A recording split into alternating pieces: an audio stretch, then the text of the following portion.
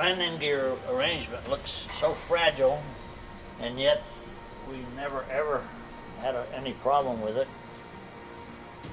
Might bend the door once or twice in the water, but that was all the struts held together. Built by the Grumman Iron Works. Love their airplanes, love their airplanes. I started my career in the Navy as an enlisted man, 1943. I wanted to fly, of course, but I had no education. I wanted to be a gunner. Instead, the Navy made me an aviation metalsmith, so I worked on airplanes. They let me go into pilot training into 51 George. As a result, I was the oldest, I think the shortest cadet in the class. I got my commission, my wings mostly. That's the most important. I got my wings in October the 27th, 1951. One of the proudest days of my life. I was 27 years old. I had to fly to catch up with everybody else, so I was gung-ho, fly anything that I could. Up here at Wright Pat, they said, we'll set a record with it. They said, we want a war-weary airplane. We didn't have any. They were already in the boneyard, so I said, well, I think I can set an altitude record with an empty airplane.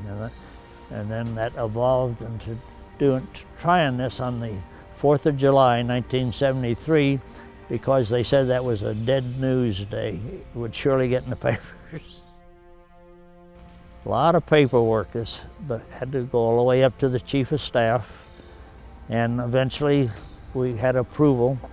We were supposed to phase the airplanes out by the 1st of July, 73, and here I'm proposing a flight on the 4th of July. Some people were unhappy about that, but it all worked out. We had all the approval that we needed. Curtis Pitt, who built the Pitt Special, was our official observer to put the barograph in the airplane, install the barograph so we could ascertain the altitude. We took off from Homestead Air Base promptly at noon on the 4th of July, 89 degrees on the runway, thunderstorms all around. Not the best day in the world, but the only day we were going to get. We took off and we were able to climb on up slowly, up over the Everglades. I had a co-pilot and an engineer. We had stripped the airplane as much as we possibly could. We needed max power. We needed all the power we could get. Luckily, at about 24,000 feet, there was a thunderstorm beginning to build beside us. And I said to the co-pilot and the engineer, if we tuck the bird inside there, it'll cool the engines. The engines were running very hot. The oil was up to maximum, to a red line.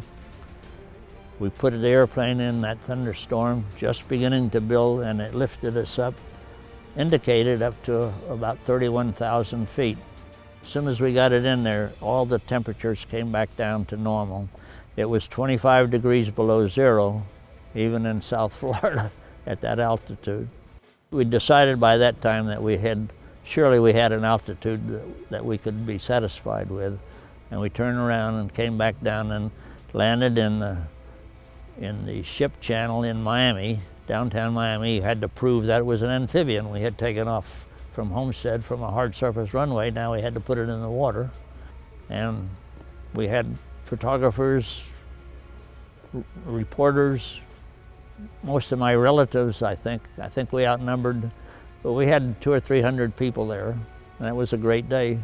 Curtis Pitt got on board the airplane, removed the barograph, sent it out to Edwards Air Base to verify, and even better than what we thought. We put in a record, we put in a claim for about 32,000 feet, and it came back 32,883 feet.